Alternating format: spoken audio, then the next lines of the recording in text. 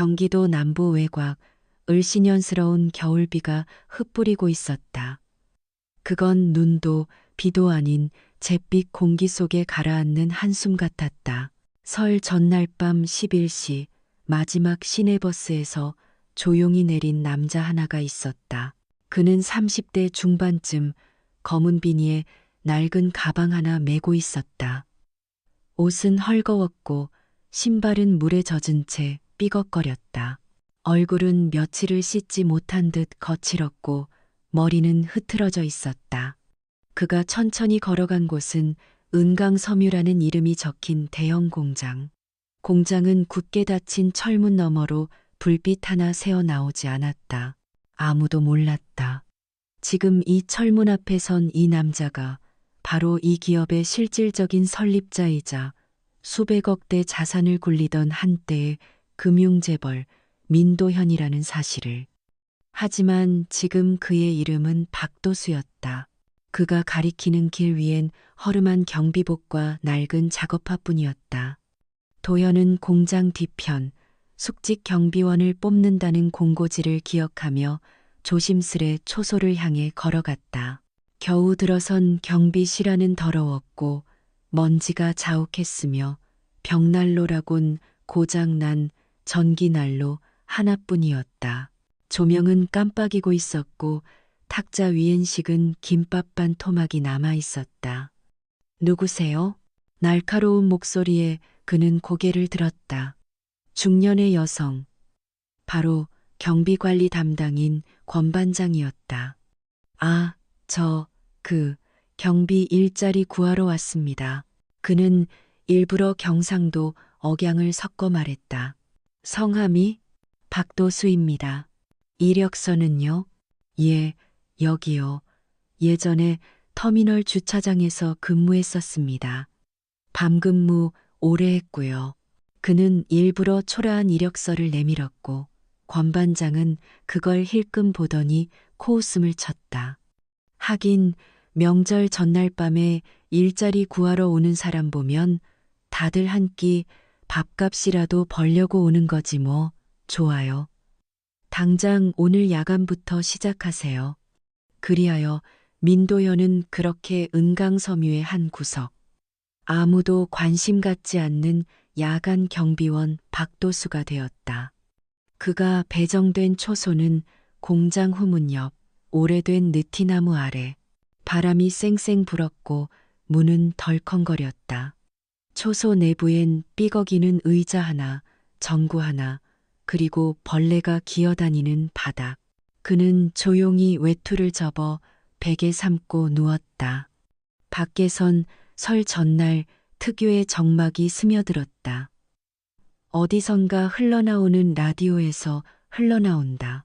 고향 생각 간절한데 마음만 짙어가고 구슬픈 트로트 선율에 맞춰 저 멀리 골목 어귀에서 아이 울음소리와 누군가의 기침 소리가 들려왔다. 그 순간 그는 오래전 기억 속으로 끌려갔다. 그가 처음 이 회사를 세웠을 때 자신도 이런 허름한 방에서 잠을 청했다. 그때는 희망이 있었다. 지금은 그저 고요한 회한뿐이었다. 그리고 그때 문 밖에서 조용한 흐느낌이 들려왔다. 그는 조심히 문을 열었다. 빗방울 사이 한 여성이 철문 앞에 서 있었다. 그녀는 얇은 작업복 차림에 젖은 머리칼, 손에 가방 하나를 꼭 끌어안고 있었다. 몸이 덜덜 떨리고 얼굴은 창백했다. 눈은 퉁퉁 부어 있었고 입술은 파랗게 질려 있었다. 무슨 일이세요? 그는 조심스레 물었다. 여자는 아무 말도 못하고 고개만 저었다. 그리고 꾹 입을 다문 채 눈물과 빗물이 뒤섞인 얼굴을 그에게 들이밀었다. 민도현. 아니, 박도수는 조용히 안쪽을 가리켰다. 잠시 안으로 들어오세요. 따뜻한 물이라도 드릴게요. 그녀는 주저하다가 마침내 고개를 끄덕였다. 이 작은 초소, 겨우 몸 하나 녹일 수 있는 곳에 두 사람은 그렇게 처음 마주했다. 초소하는 온기가 거의 없었다. 기껏해야 낡은 전기포트 하나와 반쯤 찌그러진 머그컵이 전부였다. 박도수는 조용히 장작 대신 작은 전열기를 켜고 머그컵에 생강차 티백을 넣었다. 전기포트가 윙윙 소리를 내며 물을 끓이고 밖에서는 빗방울이 지붕을 두드렸다. 여자는 말없이 의자에 앉아 있었다. 온몸이 젖었고 손등엔 상처 자국이 있었다. 그는 조심히 물었다. 이름이 수진이요. 장수진. 무슨 일 있으신가요? 공장 앞에 혼자 그 시간에 있으시길래. 은강섬유 봉제팀 주간조예요. 지금 병원비 때문에 급하게 급여 확인이 필요해서요. 동생이 심장 수술 받고 얼마 안 됐는데 갑자기 쓰러졌어요. 입원비를 선납하라네요. 그녀의 말은 일정한 박자로 끊겼다. 감정이 북받치지 않도록 스스로를 억누르는 듯했다. 말끝에선 약한 떨림이 묻어났고 손은 컵을 꼭 쥐고 있었다. 도수는 잠시 멈칫했다. 그 순간 마음 깊은 곳 어딘가 오래된 기억이 스쳐 지나갔다. 어린 시절 어머니가 형의 맹장 수술비를 마련하느라 마을 이곳저곳을 뛰어다니던 모습이 떠올랐다. 겨울밤 손이 얼어붙도록 돈을 세던 어머니의 주름진 얼굴. 잠시만요. 담당 팀장님께 전화라도 걸어보겠습니다. 그는 낡은 휴대전화를 꺼내 들었다. 화면은 장기 스투성이었고 버튼도 잘 눌리지 않았다. 몇 번이나 끊긴 끝에 마침내 한 남자가 전화를 받았다. 누구세요? 지금이 몇 시인데. 은강섬유 야간 경비 박도수입니다. 장수진 씨가 급여 확인 서류가 필요하답니다. 동생이 병원에 입원 중이라. 확인만 좀 부탁드려도 될까요? 그런 거 이제 다 퇴근했고요. 새해 지나고 오라 그러세요. 이 시간에 이런 걸 처리해 달라고요? 뚝 전화는 냉정하게 끊겼다. 그는 아무 말 없이 휴대전화를 내려놓았다. 눈길을 피하지도 고개를 숙이지도 않았다. 다만 조용히 수진에게 말했다. 오늘은 아무도 도와줄 수 없을 것 같아요. 그 말이 끝나기 무섭게 수진은 주저앉듯 바닥에 앉았다. 양손으로 얼굴을 가리고 말없이 울기 시작했다. 빗소리와 함께 그녀의 흐느낌이 초소 안에 잔잔히 번졌다. 도수는 잠시 그녀를 바라보다가 무언가를 결심한 듯 조용히 자리에서 일어났다. 낡은 가방 속을 뒤적여 낡은 지갑 안에서 두툼한 봉투를 꺼냈다. 며칠 전 미리 받은 임시급여. 아직 쓰지 않은 50만 원이 고스란히 들어 있었다. 여기요. 그가 봉투를 내밀었다. 수지는 깜짝 놀라 손사래를 쳤다. 안 돼요. 저 받을 수 없어요. 우리 서로 모르잖아요. 저도 과거에 누군가에게 못해줘서 평생 후회했어요. 당장 필요하시잖아요. 천천히 갚으세요. 안 갚으셔도 돼요. 그는 고개를 끄덕이며 단호히 말했다. 그 말에 수진의 눈동자가 흔들렸다. 그녀는 천천히 봉투를 받아들었다. 꼭 갚을게요. 월급 받으면 조금씩이라도. 전 믿어요. 초소한 작은 전열기 위에서 김이 피어오르며 생강차의 향이 퍼졌다. 바깥의 비는 서서히 잦아들었고 두 사람 사이에선 말없는 온기가 흐르고 있었다. 설날 아침 공장 안은 여전히 어둡고 조용했다. 밖은 아직 해가 뜨지 않았고 새벽의 공기는 얼음처럼 차가웠다. 박도수는 두꺼운 외투를 껴입고 공장 정문 근처 쓰레기통을 정리하고 있었다. 전날 밤의 기억은 그의 머릿속을 떠나지 않았다. 초소한 귀퉁이에는 아직도 수진이 놓고 간 종이컵이 남아 있었고 생강차의 잔향이 흐릿이 맴돌았다. 그는 조용히 빗자루를 들어 축축한 콘크리트 위에 잔해를 쓸어내고 있었다. 바로 그때 시끌벅적한 웃음소리와 함께 공장 정문 쪽으로 몇 명의 남자들이 나타났다. 그들 중 하나는 은강섬유 관리부의 과장이자 직원들 사이에서 갑질왕으로 악명 높은 백 과장이었다. 그는 명절 술자리를 마치고 아직 술이 덜 깬 듯한 얼굴로 주위를 두리번거리다가 도수를 발견했다. 어이, 저기 야간 경비. 도수가 고개를 들었다.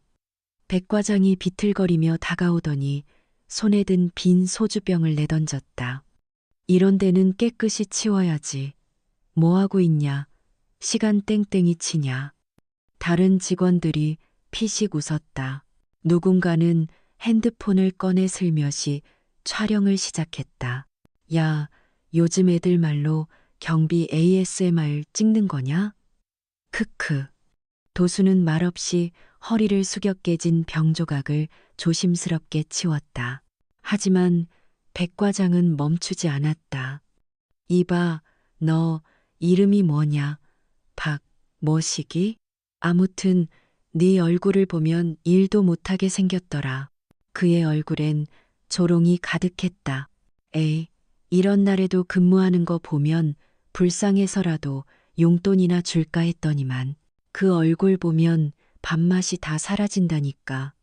그 순간 차가운 물이 얼굴을 덮쳤다. 백 과장이 들고 있던 생수병을 도수의 머리 위로 쏟아부은 것이다. 순간 주변이 얼어붙었다. 누군가는 눈을 피했고 누군가는 웃음을 멈췄다. 하지만 도수는 여전히 말없이 서 있었다. 물방울이 턱 끝에서 뚝뚝 떨어졌고 그의 손은 가볍게 떨리고 있었다. 그 순간 뒤에서 누군가의 목소리가 울려 퍼졌다. 그만하세요. 모두가 고개를 돌렸다. 수진이었다. 그녀는 얇은 외투에 두 손을 꽉 쥐고 서 있었고 눈빛은 분노로 반짝였다. 지금 뭐 하시는 거예요? 사람한테 이게 할 짓입니까? 백 과장은 퀭한 눈으로 그녀를 바라보았다. 어이, 얘 봐라. 이게 어디서 반말이야? 당신이 뭔데 끼어들어? 그럼 반대로 묻죠. 이 사람이 당신 아버지였어도 이렇게 했을 겁니까? 순간 주변의 시간이 멈춘 듯 했다. 도수조차도 눈을 동그랗게 떴다. 수진의 말은 단순한 분노가 아니라 깊은 슬픔과 절망이 섞인 진심이었다. 그녀는 도수를 향해 다가가 그 앞을 막아섰다. 이 사람은 저보다 먼저 여기서 저를 도와준 사람이에요. 여기서 가장 힘든 자리에 있는 사람한테 이딴 식으로 하대하면 나머지 직원들한테는 얼마나 더한 짓을 하시겠어요. 백 과장은 잠시 말을 잇지 못했다. 그리고는 침묵 속에서 돌아서며 조용히 한마디 내뱉었다. 미쳤군, 진짜. 하지만 그날 아침 공장 안에선 무언가가 바뀌기 시작했다. 수진이 자리를 뜨고 난 뒤 공장은 어색한 정적에 잠겼다. 백 과장은 허탈한 듯 담배를 꺼내 물었고 다른 직원들도 슬그머니 흩어졌다. 누구도 더 이상 웃지 않았다. 조금 전까지 경비원을 희롱하며 촬영하던 이들은 영상을 지우고 괜스레 주머니를 뒤적였다. 하지만 박도수, 아니 민도연은 아무 말도 하지 않았다. 그는 여전히 축축한 옷을 입은 채 쓰레기 봉투를 정리하고 있었다. 오래전 몸에 밴 습관처럼 그는 묵묵히 일에 집중했다. 그러나 그의 내면은 고요하지 않았다. 가슴 깊은 곳에서 뭔가가 끓어오르고 있었다. 그는 초소로 돌아와 낡은 노트북을 켰다. 먼지가 덮인 그 컴퓨터 안에는 아직도 그가 설립자 시절 쓰던 로그인 계정이 살아있었다. 그는 조용히 한 통의 메일을 열었다. 보낸 사람, 민도현. 받는 사람, 은강섬유 이사회 전원. 제목, 긴급 인사 감사 요청, 명절 후 즉시 회의 소집. 설날이 지나고 공장은 조금씩 다시 분주해졌다. 그러나 관리부는 긴장감으로 가득했다. 이사회 임원진 전원에게 회람된 우선 등급 메일 이 모두를 얼어붙게 만든 것이다. 누가 보냈는지도 모를 이 명령은 최고 권한자의 권한으로 보낸 것이었다. 3년 전 민도현이 실종되기 전 사용하던 계정. 회사는 그 계정을 폐기하지 않고 보존 중이었고 어떤 이유에선지 그것이 지금 다시 작동한 것이다. 회의 당일 은강섬유 본사 9층 전략회의실. 이곳은 한때 민도현이 직접 설계해 만든 공간이었다. 장식은 고풍스러웠고 회의실 한가운데 놓인 둥근 테이블은 나무결이 살아있었다. 회의는 오전 8시에 시작되기로 되어 있었지만 7시 반부터 사람들이 속속 도착했다. 임원들은 속으로 서로의 눈치를 살폈다. 누가 이런 메일을 보냈는지, 왜 이 권한이 활성화되었는지 아무도 입을 열지 않았다. 8시 정각 문이 열렸다. 한 남자가 들어왔다. 검정색 점퍼에 낡은 바지를 입고 있었지만 그의 걸음걸이는 단단했고 눈빛은 흔들림이 없었다. 그게 누구야? 누군가 속삭였지만 회의실 전체가 숨을 멈춘 듯 조용해졌다. 그는 회의실 중앙으로 걸어가며 천천히 모자를 벗었다. 그 아래 누군가는 기억 속에서 사라진 얼굴을 알아보았다. 도현? 한 임원이 자리에서 벌떡 일어났다. 이건 말도 안 돼. 당신은 사라진 줄 알았어. 그는 웃지 않았다. 그저 천천히 말을 이었다. 사라진 게 아니라 일부러 지켜보고 있었던 겁니다. 그가 USB 하나를 꺼내 회의실 스크린에 연결했다. 화면에는 어젯밤 백 과장이 수진에게 물을 퍼붓고 욕설을 퍼붓는 장면이 녹화된 영상이 재생되었다. 이게 도대체 어떻게? 누군가는 말끝을 흐렸고 누군가는 고개를 숙였다. 제가 없어졌던 3년 동안 이 회사는 누굴 위한 회사가 되었습니까? 근로자입니까? 관리자입니까? 아니면 당신들의 전용 연회장이었습니까? 민도현의 목소리는 낮고 단호했다. 오늘부터 이 회사는 다시 원점에서 시작합니다. 모든 관리자급 인사는 전면 재검토, 불공정 행위 및 내부 갑질 사례 전수조사, 그리고 그는 마지막으로 화면에 한 장의 사진을 띄웠다. 수진이 경비실 앞에서 생강차를 마시며 고개를 숙이고 있던 사진이었다. 빛은 어둡고 그녀의 표정은 보이지 않았지만 그 장면 하나로 모든 임원들의 표정이 굳어졌다. 이 여직원이 보여준 용기와 인간적인 도리는 당신들이 몇 년 동안 잃어버린 진짜 리더십입니다. 설 연휴 마지막 날 은강섬유의 작업장은 여느 때보다 조용했다. 복귀한 직원들의 얼굴에는 새해의 희망보다는 피로와 긴장이 어렸다. 누군가 수군거렸다. 그 박도수 씨, 실은 우리 회사 창립자래. 그 수진 씨가 도운 그 사람 맞지? 와, 드라마네, 진짜. 하지만 정작 수진은 조용히 짐을 싸고 있었다. 작업복 3벌, 오래된 수첩 하나, 그리고 손바느질한 청가방. 그녀의 퇴사서는 이미 인사팀에 제출된 상태였다. 퇴사 사유, 조직 내 부당한 인사 및 권력 남용으로 인해 신뢰 상실. 그 문장은 짧았지만 강했다. 누구보다 성실하고 묵묵히 일해온 그녀였기에 조직 안팎으로 작지 않은 충격을 던졌다. 그녀는 공장 후문으로 나섰다. 작은 캐리어 하나를 끌고 회색 코트를 여민 채 고개를 숙인 수지는 공장 마당을 가로질러 나아갔다. 그러던 중 누군가 그녀를 불렀다. 수진 씨.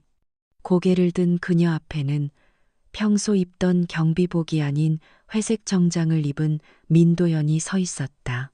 그의 손엔 아무것도 없었지만 눈엔 절박한 빛이 담겨 있었다. 이대로 가시겠어요? 수지는 말없이 고개를 끄덕였다. 더는 여기 머물 자신이 없어요. 제가 믿고 있던 것들이 한순간에 무너졌고 전 그런 곳에 남아 있으면 스스로를 잃을 것 같아서요. 민도연은 한 걸음 다가섰다. 그럼 저에게 딱 하루만 시간을 주세요. 왜요? 당신을 붙잡으려는 게 아닙니다. 그저 마지막으로 고맙다는 말을 하고 싶어서요. 그는 조용히 주머니에서 작은 종이봉투를 꺼냈다. 그 안에는 그녀가 도와주던 그날 밤 남몰래 그가 적어두었던 메모 한 장이 있었다. 당신의 따뜻함이 누군가에겐 새해의 시작이었습니다. 짧은 문장에 그녀의 눈동자가 흔들렸다. 저는 그런 말을 받을 만큼 대단한 사람 아니에요. 당신은 모르시겠지만 그날 이후 저는 이 회사를 바라보는 시선을 바꿨습니다. 그리고 제 인생도요. 그의 말은 조용했지만 진심이 가득 담겨 있었다. 그는 더는 회장도 창립자도 아닌 단지 한 사람으로서 그녀 앞에 서 있었다. 수지는 한참을 망설이다가 입을 열었다. 근데 그날 왜 저를 도우셨어요? 저도 누군가에게 그런 도움을 받았던 적이 있거든요. 어머니께서 어린 시절 제 동생 수술비 때문에 이리저리 뛰어다니시던 모습이 그날 밤 당신 모습에서 겹쳐 보였어요. 그녀는 고개를 숙였다. 손에 쥔 캐리어 손잡이가 덜덜 떨리고 있었다. 그럼에도 불구하고 전 갈 거예요. 용기가 없어서가 아니라 제 자신을 지키기 위해서요. 민도연은 말없이 고개를 끄덕였다. 알겠습니다. 하지만 기억해 주세요. 언제든지 돌아올 수 있는 문은 여기에 열려 있을 거라는 걸요. 그날 밤 그는 초소로 돌아와 오랜만에 그가 직접 꾸민 메모 한 장을 가슴에 꽂았다. 사람을 지키는 회사. 그리고 그 밑에 조용히 덧붙였다. 시작은 고독했지만 변화는 언제나 따뜻한 손에서 비롯된다. 그녀는 떠났다. 수진이 사용하던 미싱은 덮개가 씌워진 채로 조용히 모퉁이에 놓여 있었다. 누군가 일부러 치우지 않은 듯 재봉틀 옆에는 연필로 낙서한 재단 메모와 책상 서랍 속에 넣어둔 민트색 머리끈 하나가 아직 남아 있었다. 작업반 여직원들은 아침 조회 때 잠시 묵묵히 서 있었다. 말은 하지 않았지만 수진이 없는 자리는 생각보다 컸다. 걔 있던 자리가 왜 이렇게 조용하냐. 어제 그만뒀다던데 말도 없이. 작업반장인 김정숙 씨는 유난히 말수가 적어졌다. 그녀는 한때 수진에게 냉랭하게 굴었던 인물이었다. 요즘 애들은 괜히 잘난 척해 하던 그녀였지만 그날 이후 퇴근길에도 미싱대 주변을 맴도는 버릇이 생겼다. 며칠 후 공장 내 한 벽면에 낯선 포스터가 붙었다. 진심이 통하는 조직을 만듭시다. 경청 프로그램 운영 안내. 이전 같았으면 대수롭지 않게 넘겼을 문구였지만 이번엔 다들 한 번쯤 멈춰서서 읽어보았다. 누군가는 조용히 메모를 남기고 갔고 어떤 이는 익명 게시판에 직장 내 괴롭힘 사례를 작성해 올렸다. 그리고 무엇보다 놀라운 일은 민도연이 직접 기획한 경비초소 소통 클래스가 열렸다는 사실이었다. 이름만 보면 단순한 교육처럼 보였지만 내용은 달랐다. 처음 마이크 앞에 선 사람은 바로 경비로 일했던 시절의 민도연이었다. 직위보다 먼저 우리는 누군가의 아들이고 누군가의 부모입니다. 제가 처음 여기로 돌아왔을 때 아무도 제게 눈길을 주지 않았습니다. 하지만 그 덕분에 저는 이 회사를 가장 낮은 자리에서 다시 보게 되었고 진짜 문제는 매뉴얼이 아니라 사람을 바라보는 태도라는 걸 알게 됐습니다. 그의 말은 번쩍이는 프레젠테이션도 화려한 언변도 없었다. 하지만 묘하게 사람들의 가슴을 울렸다. 그날 수업이 끝나고 관리부의 한 신입사원이 그 수진 씨가 진짜 리더였네요. 라는 말을 남기고 나갔다. 그날 밤 민도연은 혼자 초소 안의 의자에 앉아 있었다. 책상 서랍 안엔 그녀가 두고 간 낡은 머리끈이 있었다. 그는 그것을 조심히 손에 들었다. 자신의 삶 속에서 누군가가 진심으로 나라는 사람을 본 순간이 얼마나 드물었던가. 수많은 악수, 계약서, 전략회의 속에서 그는 그저 역할로 존재했을 뿐이었다. 하지만 그 밤, 젖은 머리로 떨면서 있던 한 소녀가 그를 사람으로 대해준 유일한 시간이었다. 그는 결심했다.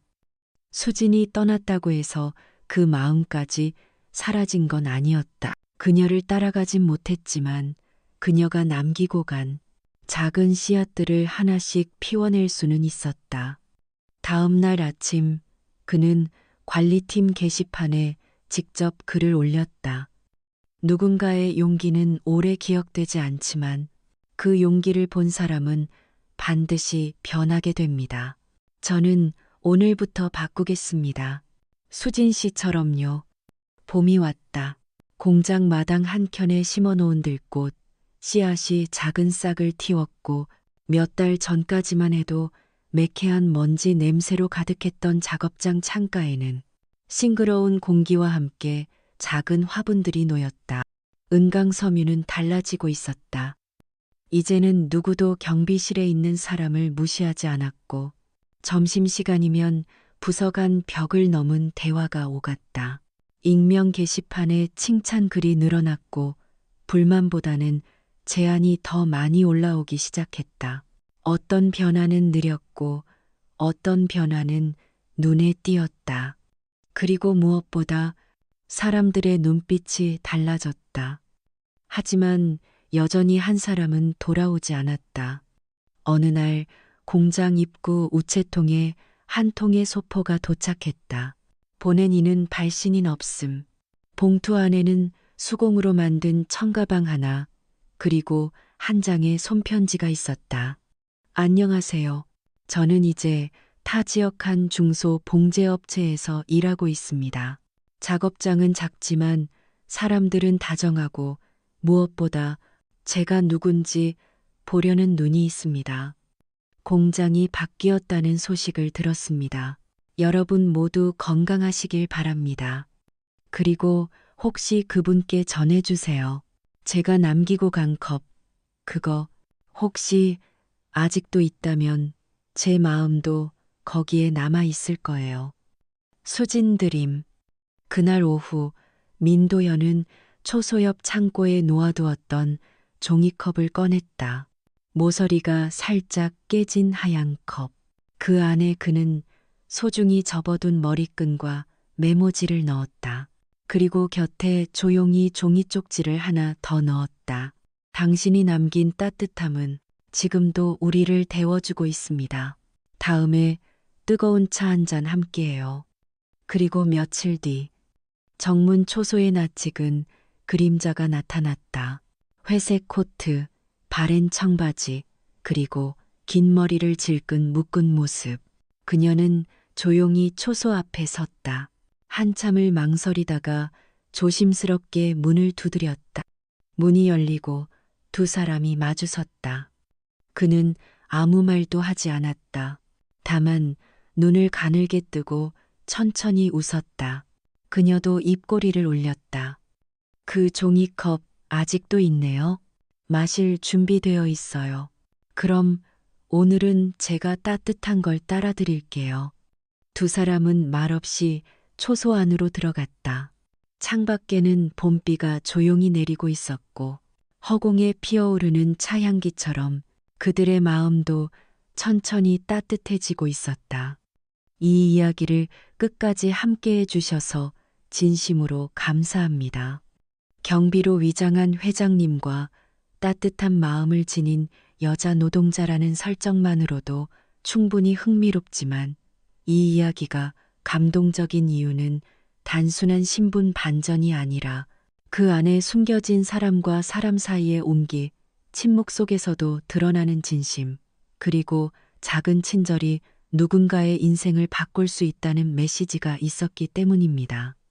수진이 보여준 용기, 민도현의 깨달음, 그리고 그들의 조용한 재회까지, 이 모든 것이 마치 우리 각자의 삶에 조용히 말을 건네는 듯합니다. 너는 어떤 순간에 어떤 사람으로 살아가고 있니? 누군가를 이해하려는 눈빛을 마지막으로 언제 건넸니? 이 이야기가 여러분 마음속에 따뜻한 불씨 하나로 남아 당신의 하루를 조금 더 포근하게 만들 수 있기를 진심으로 바랍니다. 혹시 여러분도 인생에서 수진 같은 사람을 만난 적이 있나요? 혹은 스스로가 그런 사람이 되고 싶다고 느낀 적은요? 그렇다면 아래 댓글로 여러분의 이야기를 나눠주세요. 좋아요도 눌러주시고 구독도 해주시면 다음에 나올 파트 2를 가장 먼저 보실 수 있어요. 계속 이어질 이 감동의 여정에서 당신과 다시 만날 수 있기를 기다릴게요. 고맙습니다.